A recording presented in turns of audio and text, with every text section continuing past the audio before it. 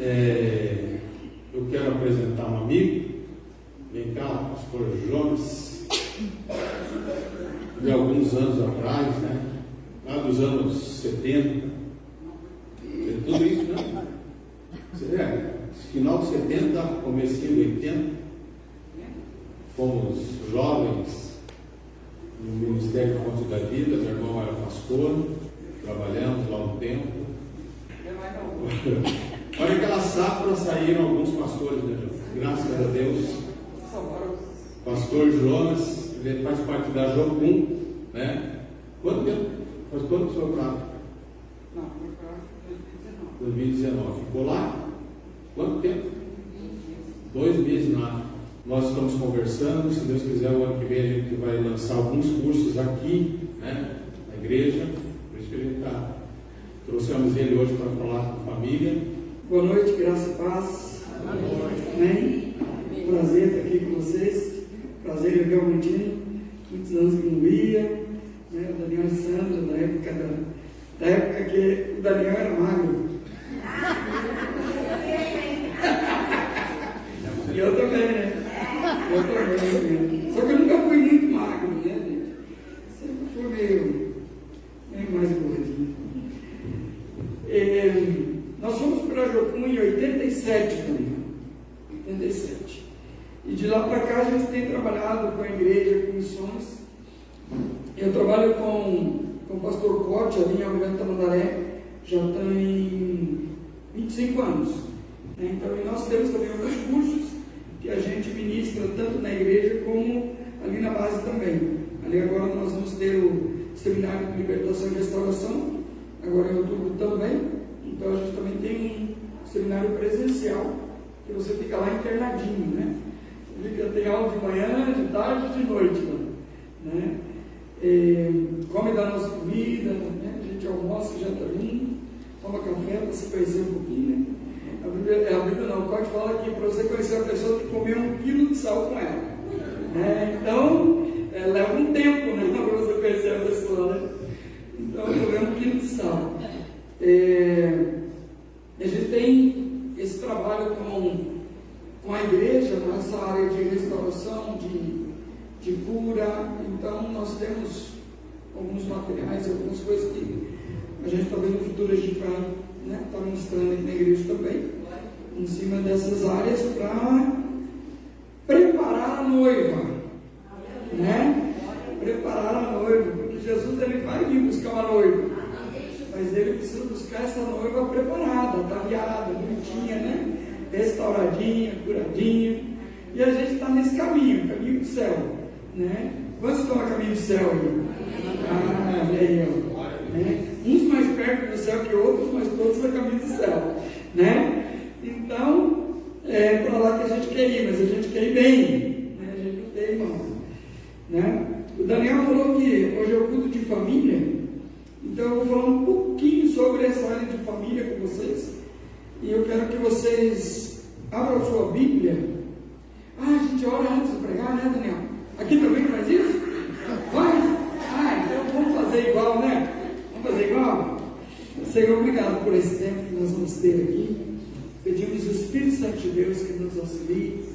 Também libera, né, o coração, a mente, os ouvidos de cada um dos meus irmãos, para que eles possam receber essa palavra e ela possa fazer diferença na sua vida, no seu dia a dia, no seu lar, no relacionamento da sua família.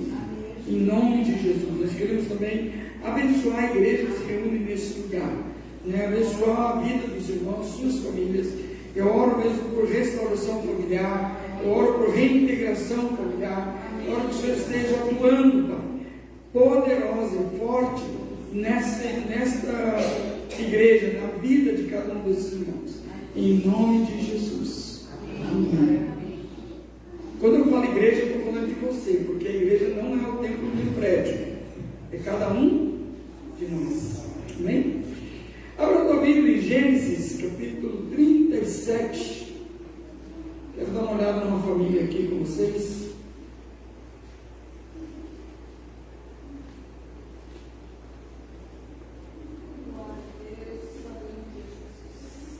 Essa palavra ela é um trechinho seminário que a gente tem, que é o seminário de paternidade, e a gente trabalha essa área bem mais fundo no seminário.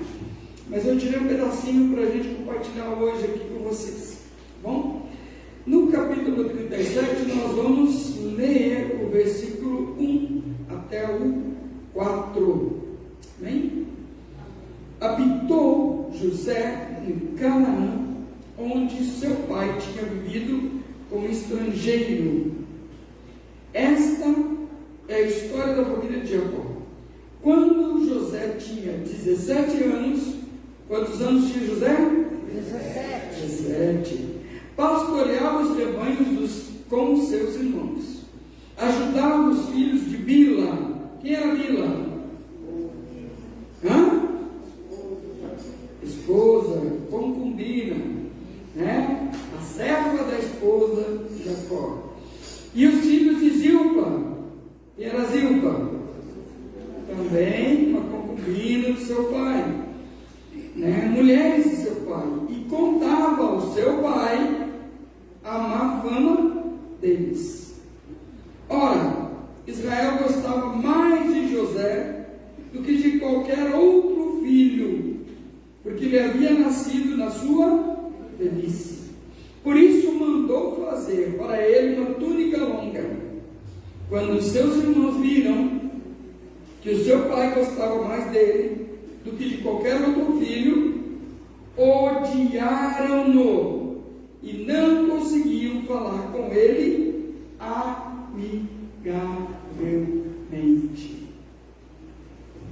Que família linda, né, gente? Você já pensou você nascer numa família que tem 4 mães, 11 irmãos? Olha que beleza! Que bênção, não é? Uns bem mais velhos e outros bem mais novos. E eu acho que José tinha a idade de alguns dos seus sobrinhos.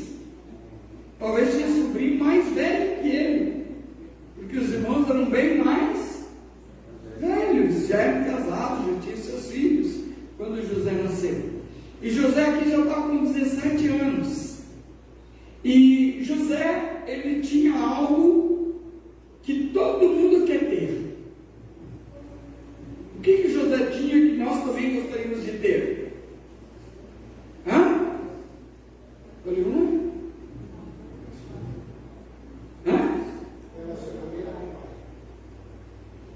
preferência do pai. Gente, quando você é o preferido do papai, o que acontece quando você é o preferido do papai?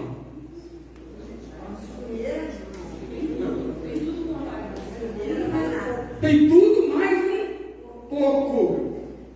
Tem o quê? Tem privilégio, tem presente bom.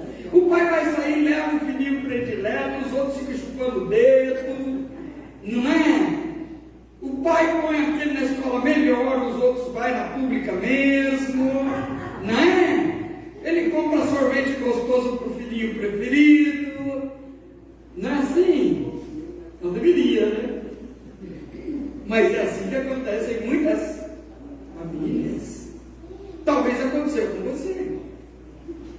Eu costumo falar, né, quando eu estou atendendo a pessoa, eu pergunto: qual filho você é para as pessoas, né? Você é o mais velho, você é o pequeno, você é o do meio. Aí quando a pessoa diz assim: eu sou do meio, pastor, eu disse: já sei, o que te dói. Já sei onde é que está a tua dor. Ser o filho do meio é terrível, não é? A melhor vantagem mesmo é que é filho único. Filho único, ele tem tudo mais um pouco. O que quer dizer mais um pouco? Ele tem a preferência do pai e da mamãe. E chegam o pai e a mãe a brigarem para darem coisas melhores para o filhinho. Eu chego para minha esposa assim: eu vou comprar um Fusca para dar para o meu filho. Ela diz: não, pega a Fusca para o meu filho. Eu disse assim: então compre você. Filho único, né?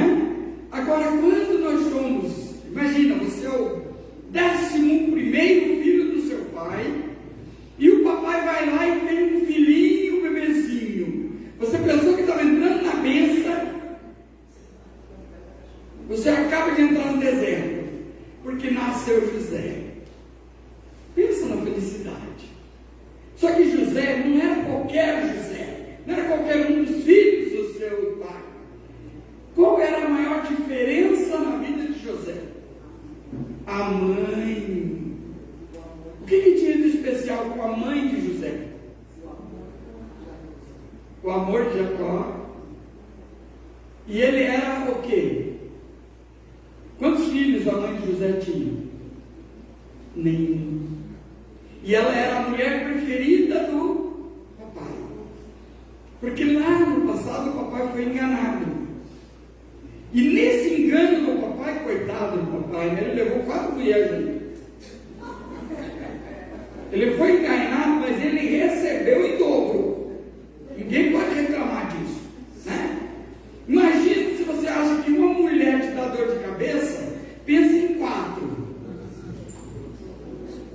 Já pensou ciumeira? 4 mulheres. Meu Deus. Uma coisa é você ter uma mãe escondida da mulher, outra coisa é ter 4 mulheres dentro de casa. É diferente. Diferente. O bicho pega. E a outra, gente, a outra, o Jacó não precisava nem olhar para ela, já estava grávida. Aí ela saía com o barrigão, né? Nem eu assim. Ah, eu tenho, vocês não têm. Filhinho, mais um. Gente, essa é uma família exemplar para dar B.O. Ela começou dando problema e continuou. Só tinha B.O. Leia a história de Jacó. É uma beleza. Você vai aprender muito com ele. E o que acontece aqui foi o seguinte: o que Jacó fez, que eu aconselho nunca façam, que é ter a preferência de um filho. Porque todos são filhos. Ah, pastor, mas é que né, pastor, é o mais velho. Os pais dizendo, né? E as mamães?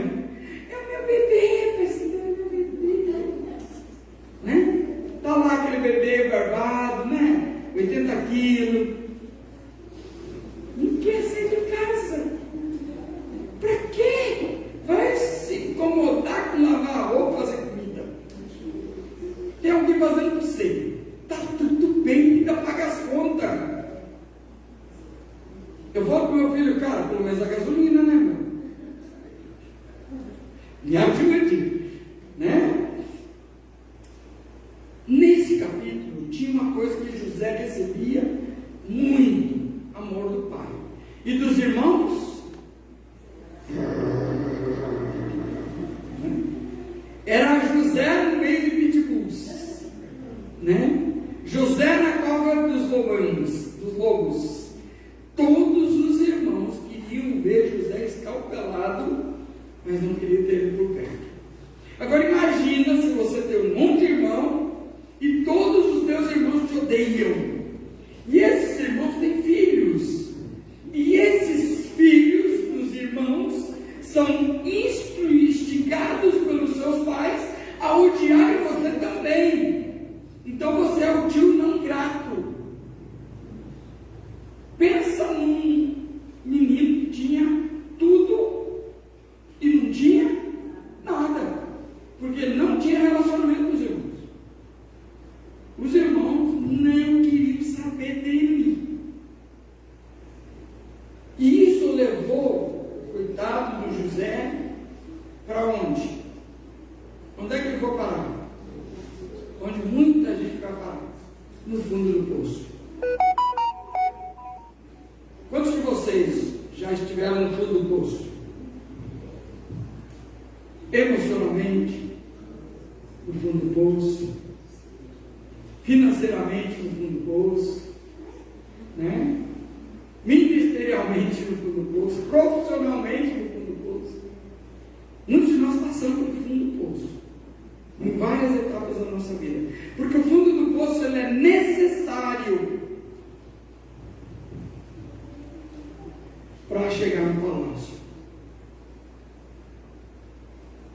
passar por ali, vai ter dor, vai ter rejeição. Porque nem todo mundo vai ver nossa cara, gente. Não é verdade? Eu sou uma pessoa tão boa, tão boa, tão boa. Não entendo porque que tem dia que não ajuda. Mas faz parte do show. É assim que é. José, coitado, tinha 11 rosnando para ele dentro de casa.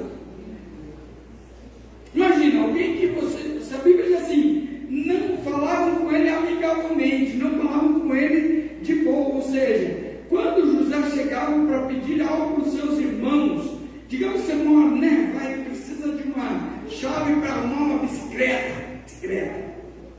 É uma bicicletinha. Você chega na casa dos seus irmãos e diz assim, me empresta a chave de boca de quê, palhaço?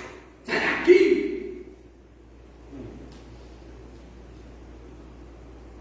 Tem nada aqui não para você. Aí ele ia fazer o quê? Papai, Judá me quer emprestar a chave para mim, papai. Aí papai mandar um recadinho para ele. Vai achar com o meu filho. Pensa na raiva. Família disfuncional. Totalmente disfuncional. Tinha pai e mãe nessa família? Tinha. Mas ela não era uma família funcional, porque ela começou errado. Tudo que começa errado tende a dar errado no final. Uma hora ou outra, a conta tem. Ela chega. E quando chega a conta, aí a pessoa já está bem mais velha. E José passou por esse vale, pelo fundo do poço, mas o seu pai passou pelo luto de perder o filho preferido. Agora pensa quantos anos Jacó ficou em depressão até nascer Benjamim. E aí Jacó coloca toda a sua atenção, o seu amor, tudo sobre o filho que nasceu por último, que é o Benjamim. E quando Jacó pensou que tudo estava perdido, tudo estava destruído, ele descobre, através dos seus irmãozinhos, que José está vivo. Aí, gente, era um salve-se quem puder. Quando você descobre que aquele irmão que você aprontou todas com ele, você fez gato e sapato, você humilhou, você rejeitou, você falou mal, você pisou em mim. Como é que você sai sem rascado? O homem agora é o governador. E se ele não te der comida, você vai morrer. Você vai morrer de fome. Porque agora aquele menino que era rejeitado, escorraçado, que estava sendo jogado para o lado, se torna alguém que você depende dele. E eu acho que quando eles descobriram isso assim, por que eu não emprestei aquela chave de boca para ele levar uma bicicleta? Por que a gente foi jogar o piano no bolso? E agora, como é que a gente vai falar para o papai? A gente vai matar o velho? Vai vir maldição na nossa vida, porque a gente vai matar o velho de desgosto pela segunda vez. Assim, que tipo de filho que é? Mas isso é sacralização. Por que eu estou falando isso, gente? Porque a família ela tem um propósito de Deus. Quem criou a família? Deus. Família é um projeto de Deus. Antes de Deus criar uma nação, Ele criou a família. Antes de Deus criar uma religião, Ele criou a família. Antes de Deus criar a igreja, Ele criou a família. Família vem em primeiro lugar de tudo isso. E quando Deus cria essa família, Deus molda essa família para um objetivo. Deus tinha uma ideologia para a família, para que ela pudesse cumprir um papel no mundo. E infelizmente, miseravelmente, nós falhamos como família, porque a família ela precisa comunicar aos filhos 3 coisas básicas. Ela precisa comunicar afetividade, companheirismo e sexualidade. É a família que comunica isso para os filhos. Hoje nós temos uma crise na identidade, uma crise na sexualidade e uma crise na família. Por quê? Porque a família deixou de comunicar essas áreas. Elas não foram comunicadas de forma coerente. Na família de José tinha problemas. Por quê? Porque o pai não era presente na vida dos filhos e gerou uma preferência por um filho. E essa preferência gerou ódio, raiva e inimizade. E muitas vezes tem pessoas que passam parte da vida odiando partes da família. A gente conhece pessoas que a vida toda não perdoaram os irmãos, ou boa parte da vida ficaram de cara virada com irmãos, com tios, com pais. Outros foram embora, outros abandonaram a alienação parental, que é abandono dos familiares. A pessoa vive isolada da família. E dentro da comunicação da família, a afetividade, ela precisa de ser comunicada tanto pelo pai como pela mãe. Por quê? Porque a família tem que comunicar isso. A afetividade faz parte do alimento emocional dos filhos. Os filhos precisam ser alimentados pelos pais nas suas emoções. Eles precisam receber a afetividade. E aqui na família que nós vemos, um único filho recebeu a afetividade. Os outros foram criados como sobreviventes. Quem é que cuidava dos outros filhos? A mamãe. E quando a mãe impera, tem problemas. Quando o pai impera, tem problemas. Quando o filho está imperando na casa, tem problemas. São lares disfuncionais, que não estão funcionando dentro daquilo que Deus projetou para a família. A família, quando comunica companheirismo, significa parceria, cumplicidade e senso de equipe. Uma pessoa que vem de uma família equilibrada, ela tem esse senso de equipe. Se ela precisa ser jogada para liderar algo, ela não tem problema de assumir uma liderança. Também, se ela precisa submeter uma liderança, ela também não tem problema de submeter uma liderança, porque ela aprendeu com o pai a liderar e com a mãe a submeter a liderança. Então ela não tem problema em tomar decisões que vão influenciar a sua vida no futuro.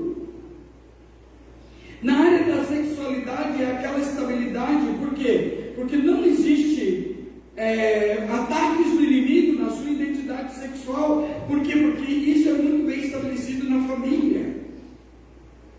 A vida familiar comunica isso. Se nós estudarmos a vida de Jacó, nós vamos ver que há uma discrepância na vida dos filhos nessa área.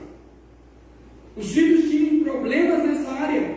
Nós vamos ver que o neto de Jacó foi morto pelo Senhor porque ele era devasso.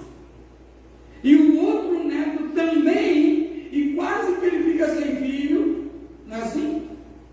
que acontece na vida dos filhos. O outro filho tomou uma das mulheres do pai, ficou sem a bênção, sem uma tribo, ficou sem nada.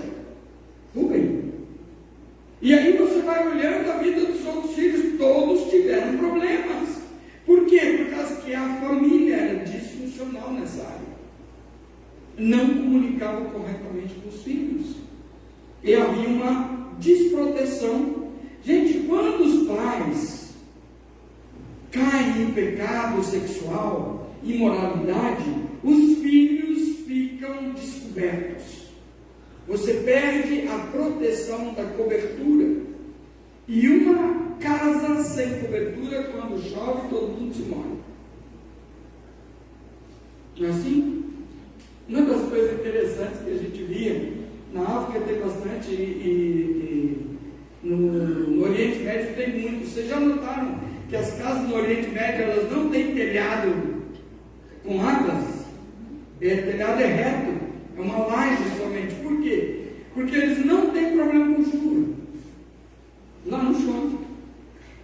Por isso que quando lá chove dá problema, porque eles não estão preparados para isso.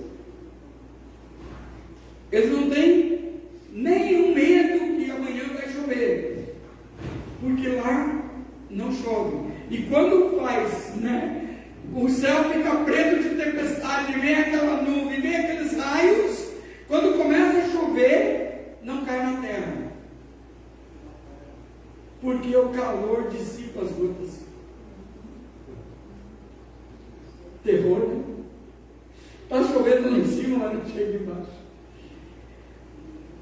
Quando há imoralidade dentro da família, o teto está furado, e aí, gente, aquela família fica exposta a abusos sexuais, disfunções na vida dos filhos. Por quê? Porque é uma desproteção da paternidade, né? A afetividade, que é o amor ágape, é carinho, compreensão, respeito, paciência, molda o caráter dos filhos. Quando você tem uma família que vai investir na sua vida com aceitação, respeito, compreensão e carinho, esses filhos também sabem repassar isso. Muitas pessoas que nós ministramos falam uma coisa muito interessante para nós. Pastor, eu nunca dei carinho para os meus filhos, porque eu nunca... vocês estão lá? Nunca recebeu e não sabe nada. Só que tem algo que não justifica essa premissa. O ser humano é um ser que aprende. E aprende com os próprios erros. Nós somos pessoas que podemos melhorar sempre. Não tem idade para você melhorar. Não tem idade para você fazer consertos. Não tem idade para você pedir perdão. Reatar relacionamentos quebrados. Enquanto a vida é a esperança. Amém, gente? Amém. O companheirismo é o amor filéu, é o amor da equipe, do trabalho, interdependência dos pais. O que é interdependência? É o terceiro degrau da maturidade. O primeiro degrau da maturidade é quando nós somos crianças, nós somos totalmente dependentes.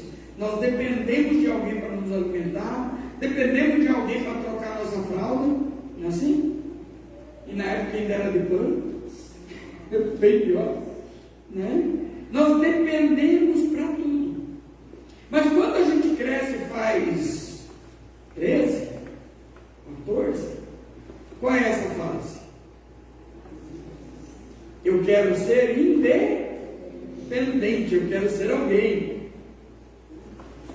Não sabe direito trocar fralda, mas já quer ser alguém. Saiu da infância. Agora eu quero ser adulto. Agora eu quero a minha liberdade. Como se tivesse uma prisão. É a fase da independência. E aí, quando você conquista tão sonhada independência, você vai descobrir que você não é totalmente independente. Você precisa amadurecer. Quando você amadurece, para que fase você vai? vai para a fase da interdependência. Você precisa de alguém para continuar a jornada. A independência não é boa. E aí você o que faz? Casa. Você casa. Interdependência. E casei. Aí vem a maturidade. E essa interdependência você precisa passar para os seus filhos no relacionamento. Não é o pai, não é a mãe, são os dois juntos que vão construir uma família. Agora, como você tem uma família como a de José, gente, pensa num problema sério, não é? Era muita gente para relacionar. Sabe o que eu posso usar? Posso usar? Por favor. Ainda bem. Fui numa igreja que tinha uma água lá, a pastora saiu correndo quando peguei o copo. Estava 3 semanas lá embaixo.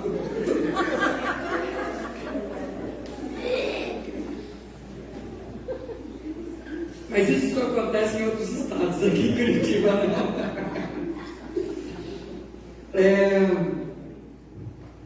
Esse companheirismo ele traz a interdependência. A interdependência ela vai te moldar na sua identidade, na sua profissão e no seu senso de futuro. E isso tudo, gente, é comunicado dentro da família. Dentro da família. Quando você diz para o seu filho, para a sua filha, você pode, ele vai crer em você. E você, esse filho vai realmente conquistar coisas tremendas na vida dele, porque você como pai, você como mãe, disse para ele que é possível. Mas a maioria dos pais diz o contrário para os filhos. Muitas vezes nós falamos o que para os nossos filhos? Quando você está bem bravo com ele. Você não vai ser nada na vida.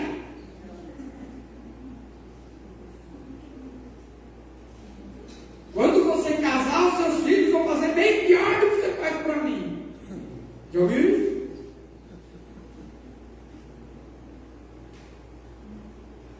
Você é burro. Você é burra. Você não vai dar em nada.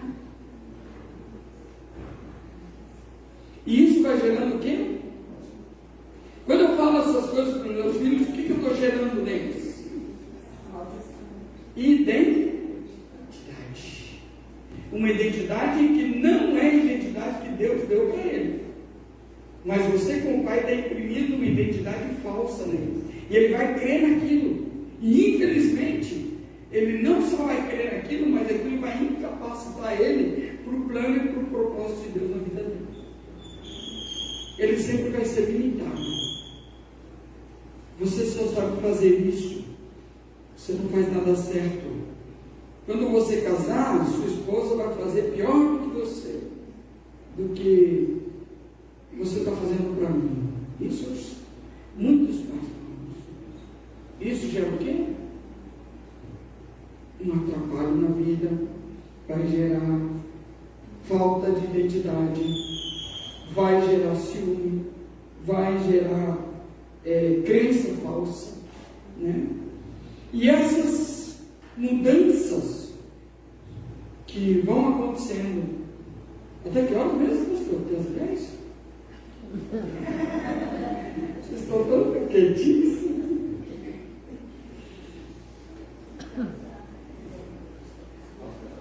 Até que horas eu posso?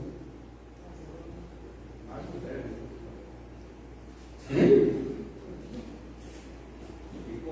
50% aqui. Eu nem vi a página ainda. Eu estou aqui, ó. Olha tudo isso. Lá na África, se você não pregar 2 horas, você não é pregador. Se você não pregar 2 horas, ele diz assim, muito fraquinho esse pregador. Fraquinho. E eles têm 2 horas de louvor, não tem isso.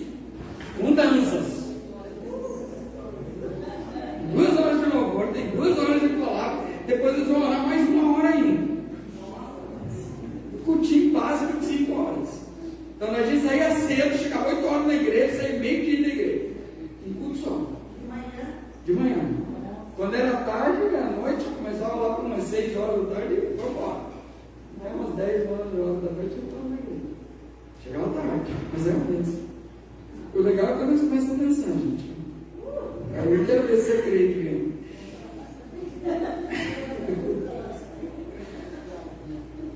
Eu gostaria de falar para vocês sobre a inversão de papéis. Nós vamos ter tempo de aprofundar um pouquinho nisso, mas quando existe uma inversão de papéis em casa, ou seja, não é o pai que está liderando, né? E no caso de José tinha isso, como tinha muita mãe e um pai, as mães cuidavam cada uma da sua prole, né? Então, tipo assim, o pai não estava presente na vida desses filhos.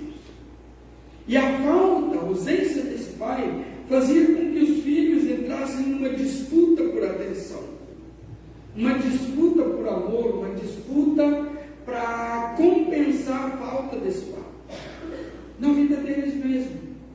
E isso gerava uma competição desleal dentro da família. E esses filhos então cometiam muitos erros, muitas falhas, porque havia uma inversão. Quem era que comandava a vida desses filhos? Era a mãe.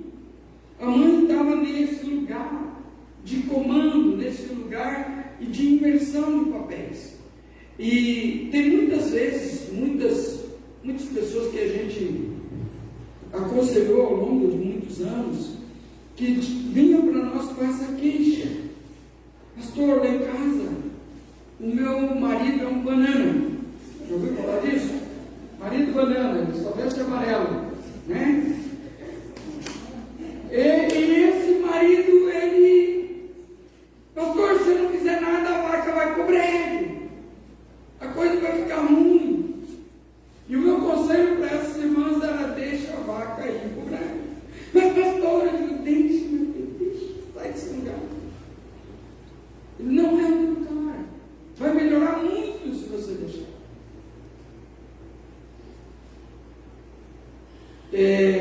Eu contei esse testemunho, uma das pregações que eu fiz esses dias atrás, que foi no Uruguai. Tinha uma irmã que ela trabalhava com reciclado de plástico. Sabe esse plástico preto de saco de lixo? Eles reciclavam aquilo. Gente, a casa era um fedor.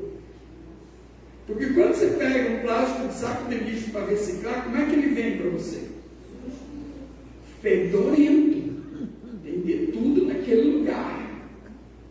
E ela tinha um tanque de todo tamanho atrás, eles botavam lá de molho, depois fazia a primeira lavagem, a segunda, a terceira, para daí fazer os fardos para mandar para reciclagem. E o marido dessa mulher, eu estava na casa dela e não vi o marido dela. Não via, nunca viu, não. E ela disse: não, ele trabalha à noite, pastor, mas eu não vi ele nem de noite nem de dia, né? E nós trabalhando ali, e ela com os filhos. Gente, a casa era uma bagunça. Era uma bagunça. Não tinha um chuveiro. A água encanada só ia até aquele tanque para tomar banho, era na canequinha. O vaso sanitário era um buraco no chão. Não tinha um vaso sanitário, era um buraco que passava o cano, então você tinha que ir lá e fazer uma minha para acertar o trem, senão virava uma bagunça. Aí você tinha que pegar um rodinho ir lá e jogar para dentro. Você pensa que vida de missionário é moleza? Não. Não podia reclamar ainda, tinha que começar. Aí um belo dia, essa irmã estava me falando: pastor, por que eu preciso cuidar com isso? Eu digo: não, você tem que sair desse papel. Você tem que abandonar essa liderança, você tem que deixar o seu marido ser o homem da casa. Mas pastora, vai acabar com o brejo. Eu digo: deixa aí, concordo em tudo. Nem se preocupe. Se a vaca morrer, melhor ainda.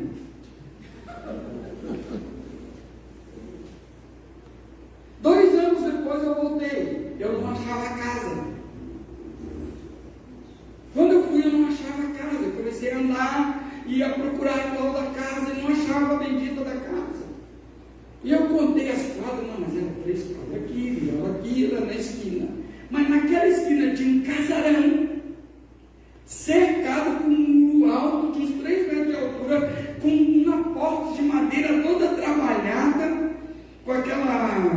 capelinha por cima, sabe, uma entrada para cá. Eu digo, gente, cadê a casa da irmã? Porque antes era só 3 fios de arame farpado que tinha na frente e um portãozinho de madeira. Agora tem um murão, a casa atrás está uma casona bonita. Aí eu digo, bom, o máximo que tenho, sabendo da que a irmã foi morar, né? Vamos bater aqui mesmo, bati na casa. Quando a irmã me abre aquele porteira, né? Não era portão, era porteira. Misionero, que bendición, que viniste. Vení em casa. Mira que linda está. A casa estava reformada, tinha um banheiro decente, tinha uma suíte decente, era um casarão, lá atrás estava uma beleza, não tinha lixo, nem fedor, nem nada. Por quê? Porque a mulher saiu do lugar que ela nunca devia ter estado para deixar o marido assumir o lugar dele. Era só isso que ela fez, transformou a vida dela e dos filhos. Muitas vezes nós estamos invertendo os processos e temos uma família igualzinha de Jacó. Está zoada a família. Está bagunçado. Não tem lugar certo, a autoridade está no lugar errado. Eu tenho uma amiga minha que eu encontrei ela, foi muito engraçado, sabe? E ela começou a me contar, disse assim, Jonas, tem uma coisa que a Bíblia tem razão. Eu digo, é mesmo? Nossa, que bom ver você falando nisso, né? De nada, saiu do Evangelho. Se eu soubesse antes, a minha vida estava melhor. Diga o que é? Você lembra que eu era toda feminista? Eu digo, lembro. Converteu, hein? Saiu desse caminho de perdição? Eu disse, pois então, Jonas, eu descobri que isso daí é pura burrice das mulheres. Eu digo, é mesmo, é? É muito mais fácil ser submissa, cuidar do filho, do que querer ser empresária, ganhar mais que o marido, competir com ele. Só sofri esse tempo todo. Agora eu estou deixando meu marido pagar as contas, está tudo bem, eu estou mais tranquila, saí da depressão, saí do estresse, da ansiedade. Eu digo, graças a Deus que você descobriu antes tarde do que mais tarde, né? Sair desse lugar quando existe uma inversão de papéis. Gente, se Deus fez diferente, é porque é para ser diferente. Não é para ser igual, foi Deus que fez assim. Você já viu um homem carregar um filho no colo assim, que nem a mãe carrega, por 1 quilômetro? Não vai carregar. Você sabe por quê? Ele não aguenta. Pode ser dizendo assim, porque ele não tem força para isso. É verdade. A mulher tem. Mulher anda 10 quilômetros, você pegar o Uber, né? Não. Você der uma mão para carregar um filho por 10 quilômetros, ele vai pegar um Uber. Não aguenta a mão.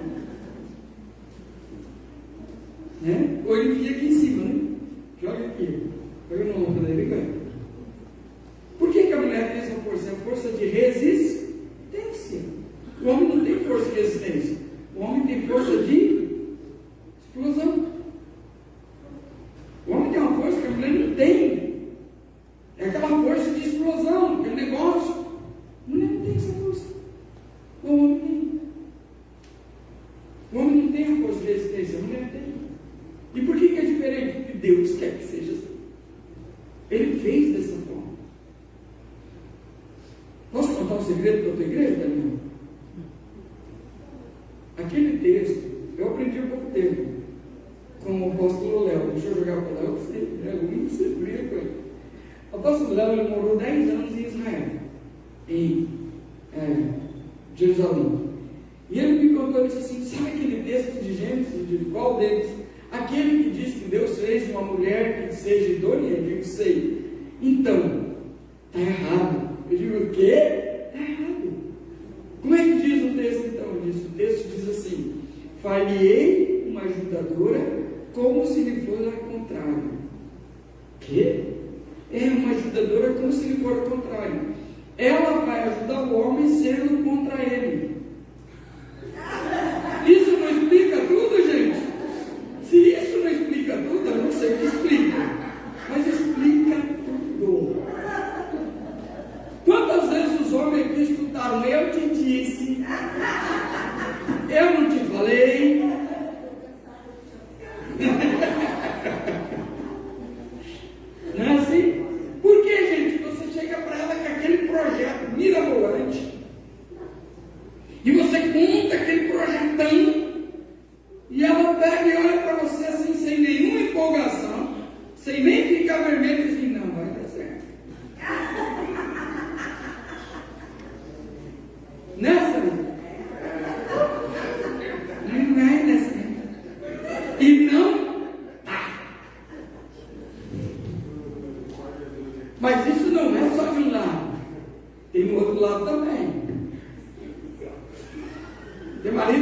a mulher chega empolgada.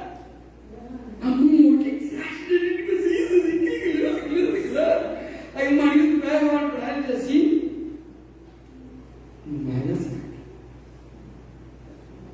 Mas mulher, ela não recebe essa palavra. Porque mulher não é um homem.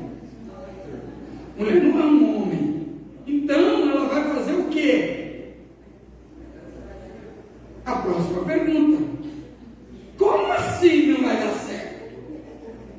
Por que não daria certo? Lá vem você com essas suas coisas.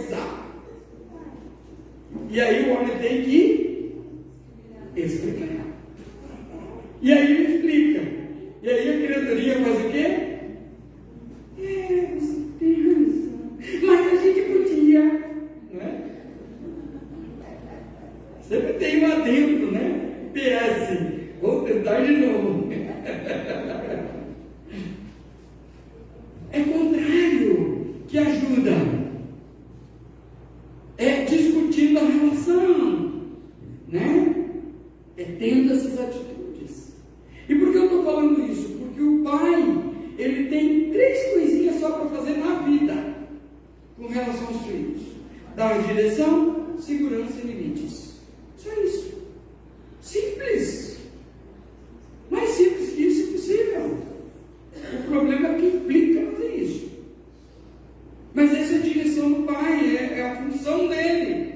E a função da mãe: organização, vínculos e nutrição. Simples também. É só isso que a mãe precisa comunicar para os seus filhos.